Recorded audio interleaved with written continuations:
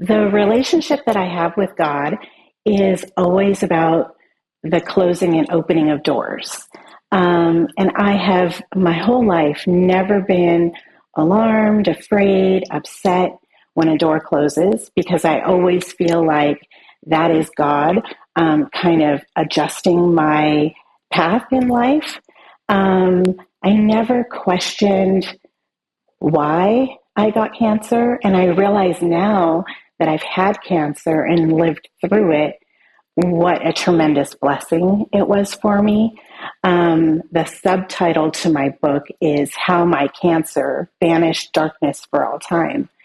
Once I changed my mindset and really changed how I was looking at cancer, I realized that that period in my life was so filled with blessings, so filled with people who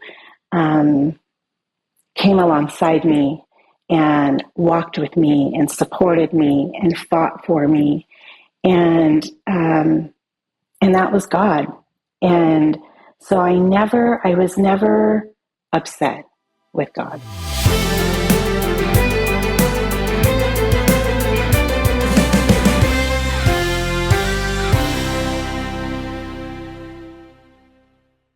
Magnificat has changed the daily prayer life of millions of Catholics worldwide. Each monthly pocket-sized issue includes prayers for morning and evening, daily Mass prayers and readings, meditations, saints' lives, essays, and more. Magnificat helps you pray the way the Church prays. Email offers at magnificat.com to request a free copy. Visit Magnificat online by clicking the link above or below in the description, or download the app and receive a month for free. Explore Magnificat and give your prayer life the beauty it deserves.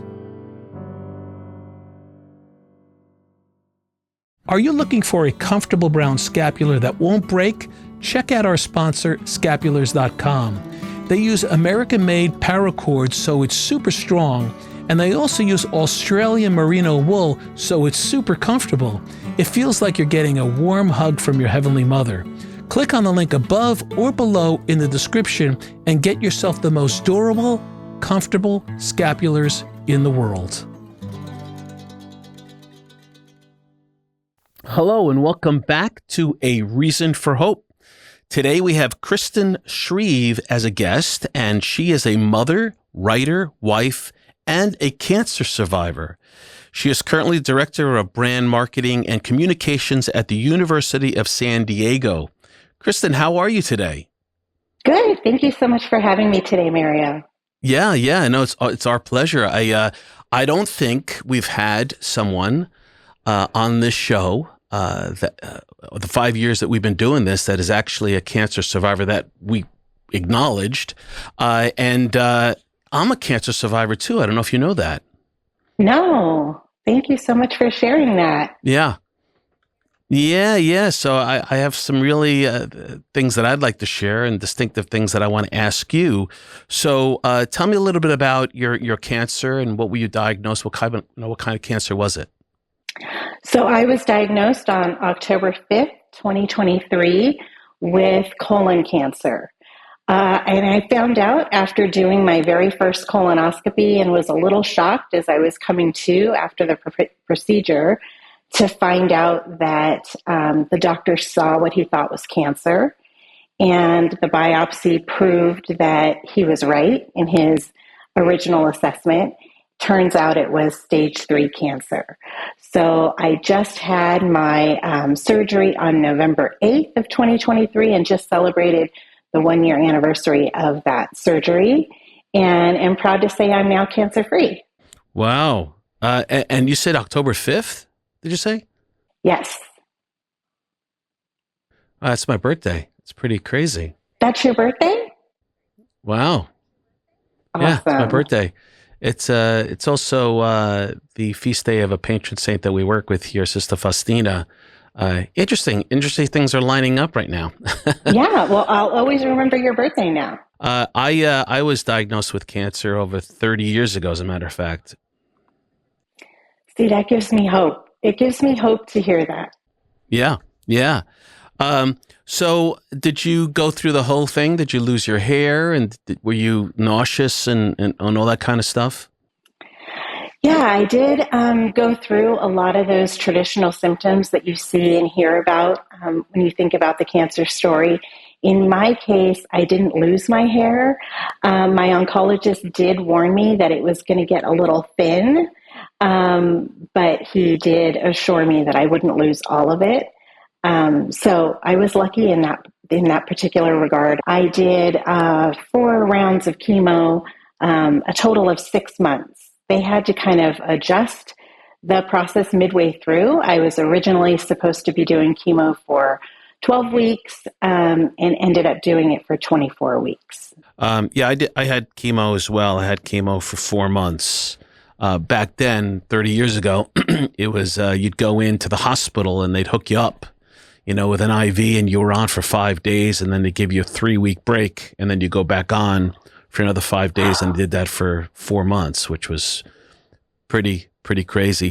It's pretty brutal. And you said you did have radiation? With colon cancer, you don't traditionally have to go through radiation because often they are able to remove the entire section of the colon where the tumor is. And so your tumor isn't touching another portion of your body, and so they don't necessarily have to do radiation. So your cancer did not spread to any other area but your colon. It hadn't gone into lymph nodes or anything like that.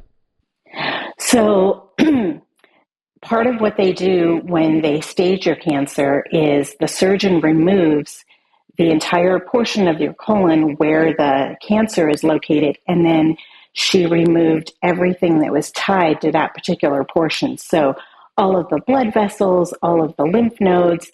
They did pull 19 lymph nodes and tested everything. And of those 19 lymph nodes, one was positive for cancer. And so it was that in part that made them determine that I was stage 3. Let me ask you, so as a release, you wrote this book, and I'm assuming it was a release. It was a way of a coping mechanism for you. It was a way for you to get out and share what you were experiencing. Tell us a little bit about, that period in your life and the book and how that evolved. Yeah, I am a writer by trade. I was a journalism major and spent many years as a newspaper reporter and editor. And so writing is just something that helps me with a lot of things, helps me untangle my thoughts. In this case, I decided, even though I had never journaled before in my life, to start a journal as a way to kind of record some of the things that doctors were telling me so that I could keep things straight, be able to relay that news back to my loved ones, but also just a way to kind of, as you said, be a release for me. And so this book started out as journal entries, started out as prayers, started out as texts to my mom and my sister and my girlfriends.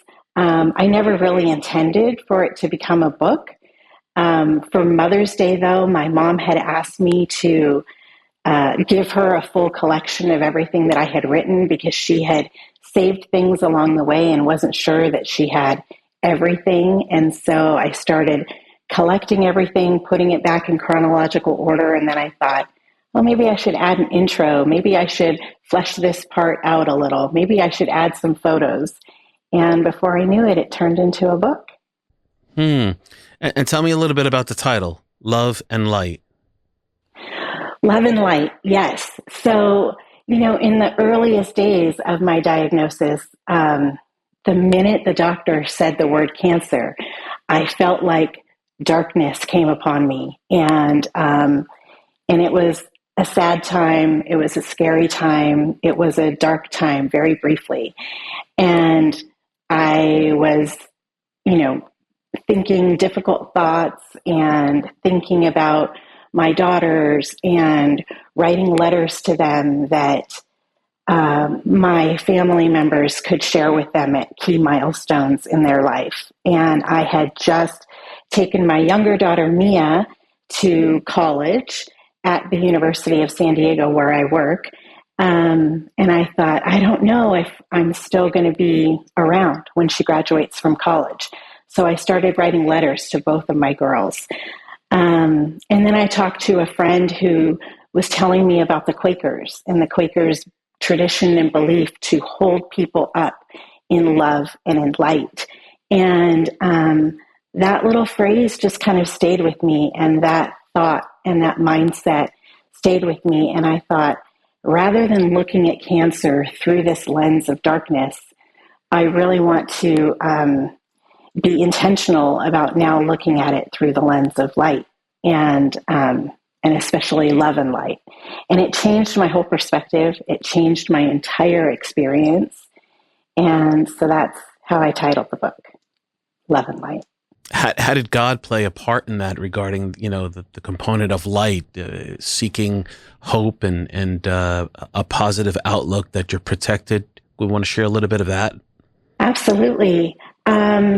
My faith has always been a huge part of who I am, a huge part of how I live my life. At the University of San Diego, where I've worked for 24 years, this year we're celebrating our 75th anniversary, and our theme is lighting the way forward. So we've been talking a lot about the idea of light and God as light, and God lighting the path and being a lamp unto our feet. And so that concept has always been with me, but this year in particular was very strong. I had been planning the institutional marketing plan for 2024 back in 2023 when I was diagnosed. And so I feel really lucky that all these things that we've been talking about at the university, I was able to live and experience in my own life leading into this year. I'm sure there must have been, I know, reflecting upon my own personal experience, I think that period in your life, were you frantic? Were you busy? Were you not even thinking about the possibility of getting cancer? I mean, we never do, right? It just happens. But tell me a little about right before you were diagnosed with cancer. What was your life like? So I turned 50 during the pandemic, and at the time, 50 was the age that you were supposed to go and get your colonoscopy. And I had received in the mail from my doctor one of those kits that you're supposed to send in ahead of time. And I set it aside, didn't do anything about it. The pandemic was crazy, as we all know. I had one daughter who was graduating from high school. The other daughter was actively involved in the National Charity League with me, which is an amazing national mother-daughter organization. And I had also, during the pandemic, moved in with a loved one and spent the final 3 months of his life with him. And so getting my colonoscopy was not something that was on my mind. And before I knew it, 2 years had passed and I was late. And when I finally did get my colonoscopy, the doctor had said that if I had waited 2 more weeks, it would not have gone well for me. So I'm really lucky that I did it when I did.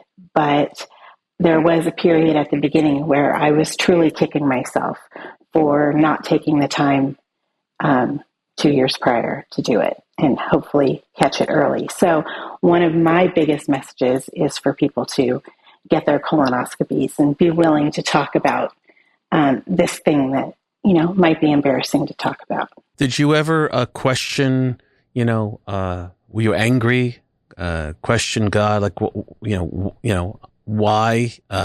Was there any kind of resentment regarding, like, I can't believe this is happening in my life right now? Did you go through any kind of turmoil within yourself, wondering, like, what the heck is happening here?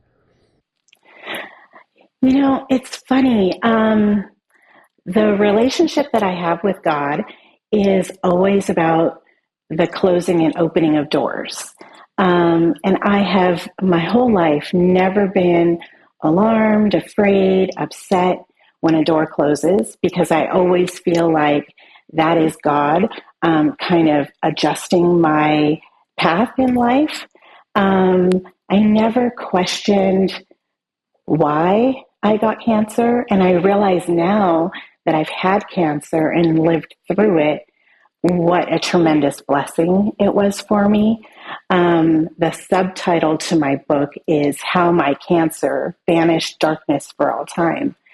Once I changed my mindset and really changed how I was looking at cancer, I realized that that period in my life was so filled with blessings, so filled with people who came alongside me and walked with me and supported me and fought for me. And that was God. And so I was never upset with God. Yeah, that's cool.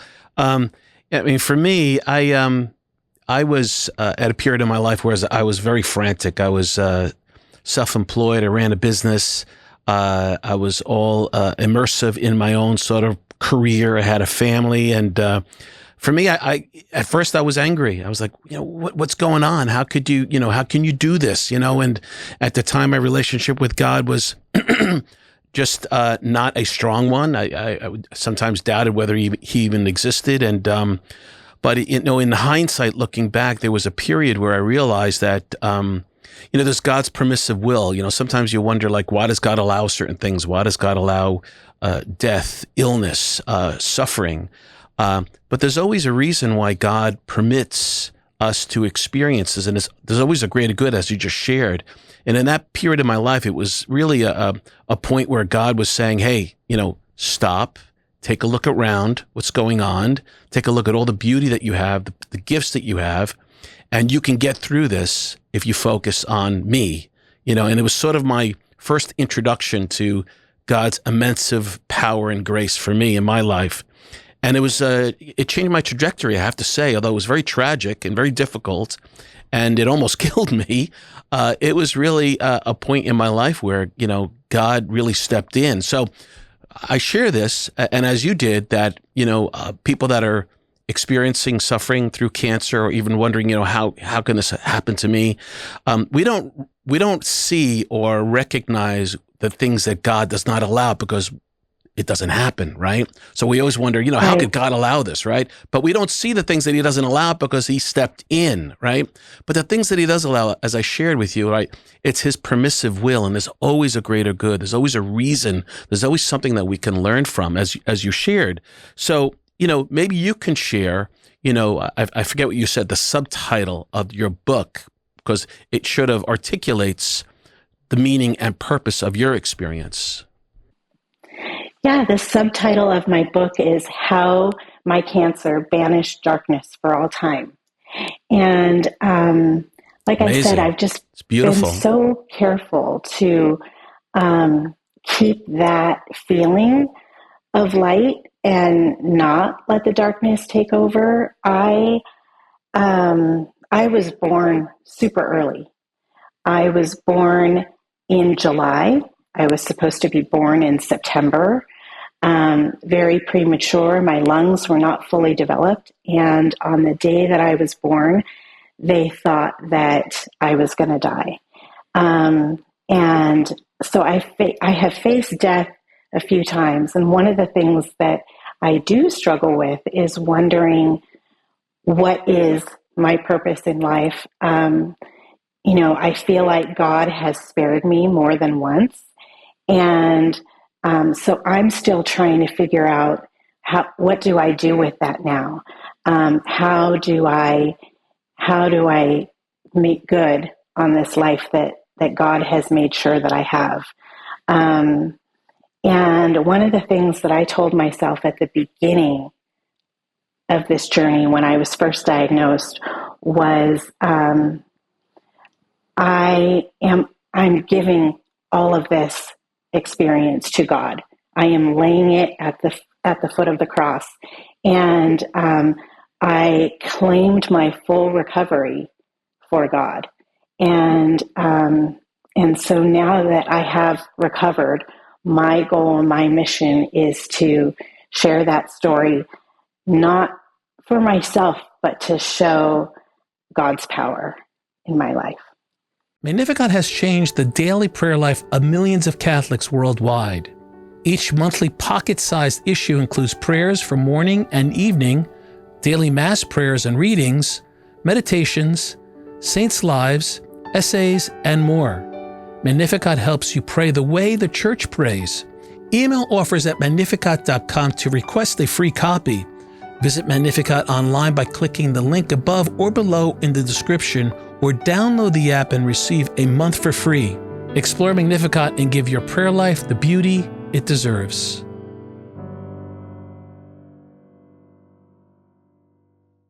The Brown Scapular is a special Catholic devotional.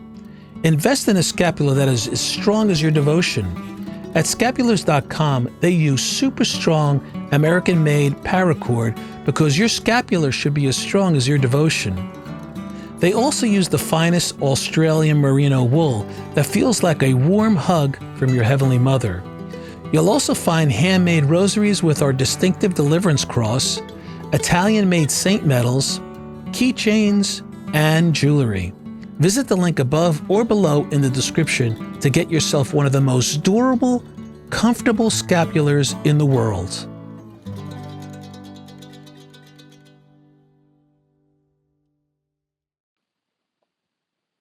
And so that's part of why I wrote the book, and part of why I'm sharing it here in this particular forum. Mm-hmm. So you're using your circumstance as a witness, that, God is powerful, God is merciful, and God is beautiful, which is really something that I think when people are confronted with a tragedy such as cancer, that need to look at that there certainly is hope, right? There certainly is an opportunity to discover parts of yourself that you never really knew. God is always presenting challenges indirectly in our life, right? We're to grow deeper in our relationship with Him and to strengthen our own spiritual walk and journey, however He sees fit. And we have to trust that, right, Krystn? Right, exactly. Yeah. You mentioned, I don't know if it was in the book, but I read it. Philippians chapter 4, verse 13 is one of your favorite scripture passages. And it says, I can do all things through Christ who strengthens me. You want to share a little bit why that's so important to you? Absolutely. So my mom was 20 years old when she had me, and that day that I was born was a crazy day for her. And she assigned me a Bible verse. She assigned a Bible verse to all my siblings. And this particular Bible verse is actually the Bible verse that belongs to my youngest brother. His name is CJ. And it's always been one of my favorites and was something that gave me a lot of hope during my cancer journey. I said that Bible verse every day on my phone. There's an alarm for 4:13 p.m. and it's titled Philippians 4:13. I just realized my lighting is. And I have a ring that's engraved with Philippians 4:13 that someone sent to me, and my some of my closest friends here in Poway, where I live, started praying for me every day at 4:13 p.m. And sometimes they would call and they would text and share those prayers, and it was just so powerful to know the role that that verse played in this journey. You sort of have a very I have to be honest with you, I didn't read the whole book. I was skimming through it, and you have sort of, I don't want to say sarcastic, but you have a very light sort of humorous and intentional lightness to the way you write. So just reading that flavor gives people a little bit of like, oh, it's kind of cool. It's not as heavy as I would think, and it gives people some optimism. You want to share a little bit about your approach? Yeah, I think because in this particular case, it really did start as journal entries and texts that I was sending to my parents and to my friends. And so you really get to see through those real life, uncensored texts my personality, my sense of humor. And I do think rather than sitting in that dark, heavy place that some people do when they're diagnosed with cancer, because I was trying to be so careful about being optimistic and having faith and having that confidence that I would get through this.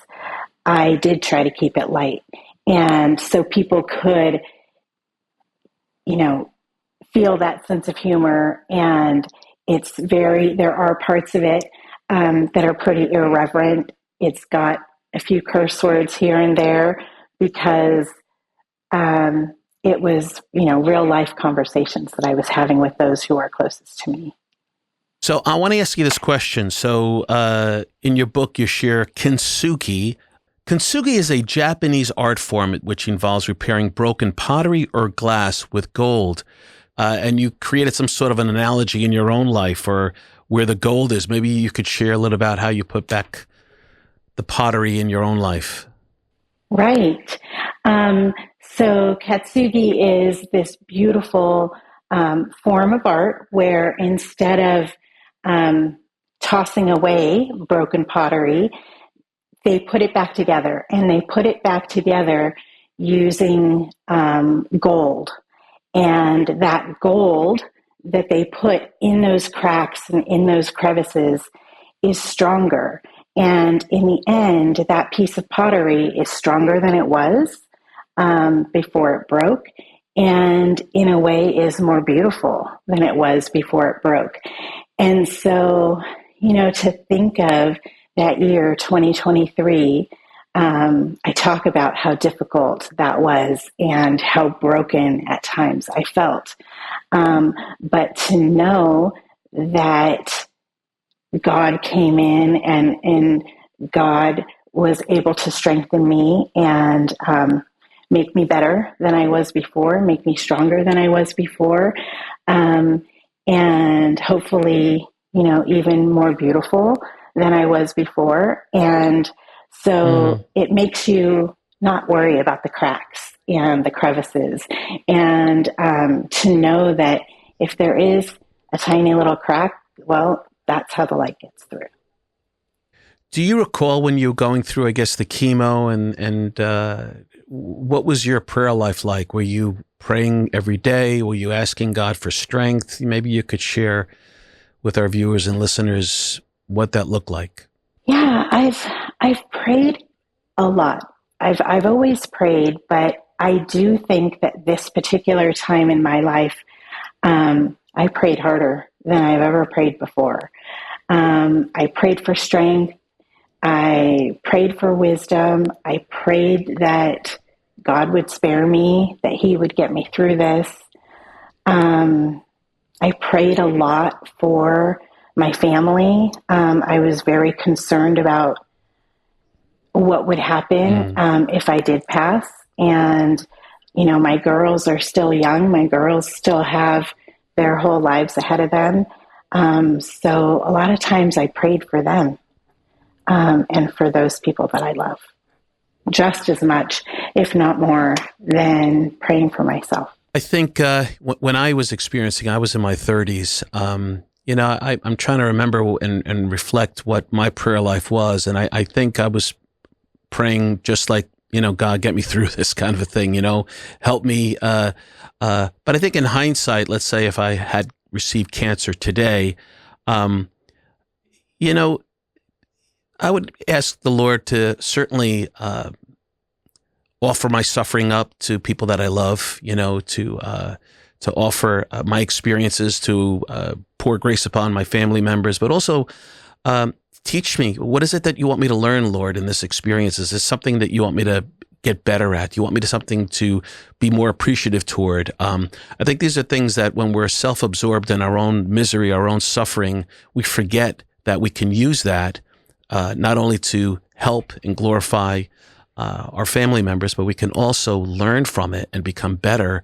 Even if our cancer is terminal, maybe there's someone out there that's listening and experiencing a terminal illness. There's always a purpose and a reason why God is allowing it to happen in our own lives. It might be the end of our journey, right? But there's a purpose that can help and fulfill and heal maybe family members around you. Maybe there's something else that you can learn right before your own personal passing. So I shared it, what's on my heart, because I think God uses everything, right, Krystn? It's just, God is amazing. And the reality is that there is an end to our life here on earth, whether it's through cancer or just old age or an accident. And it even gives us an opportunity to really be grateful at all times, right? To be in the moment, that every day is a gift. Every moment is an opportunity to love someone or share love with someone, right? Your thoughts? So, when I was first diagnosed, one of the first people that I thought about was my cousin, who passed away from colon cancer years prior at the age of 49. And he lived 7 months.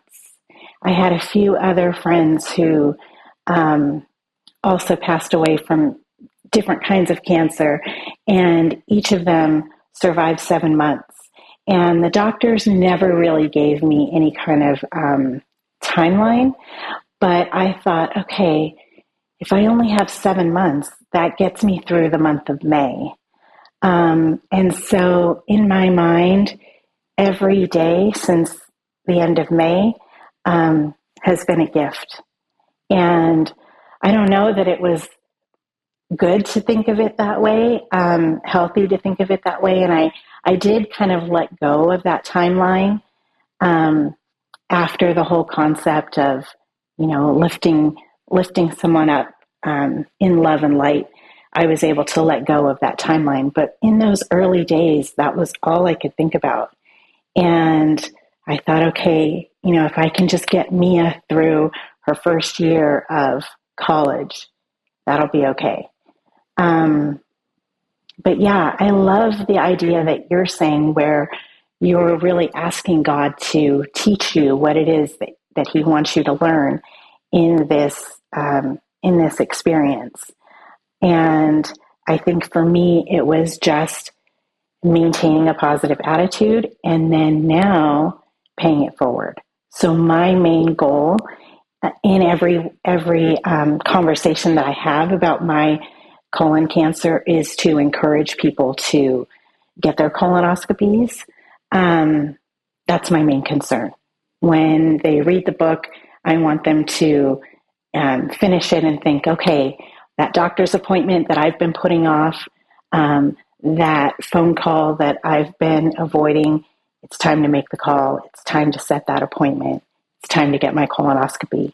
And so I have had several people who've told me after the fact, I just want to let you know I got my colonoscopy. And I celebrate that now every time someone shares that with me. I think every bit of life, whenever we hit a stumbling block or whenever we hit a circumstance that's uncomfortable or a tragedy, God is always offering us an opportunity to learn from the experience. And I think even if we all say at that moment, hey, God, what is it that you want me to understand better here?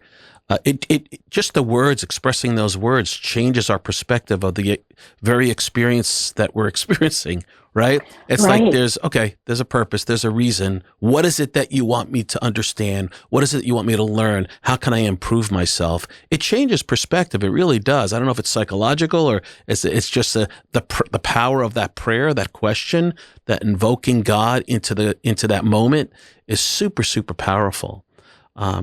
So I want to ask you, the name of the podcast called it's a reason for hope. What is your reason for hope? My reason for hope is knowing that no matter what happens, I'm not alone. In this particular case, I had so many family members and so many friends who came alongside me. But I knew that there were parts of this journey that I would have to do by myself. But when I stop to think about it, I know that God is always there, and I'm really not alone. And so that gives me comfort, that gives me hope, that in the darkest moments, in the moments where you feel the most alone, where you are kind of the most scared, you know that you're not alone. God is with you, and God will see you through it.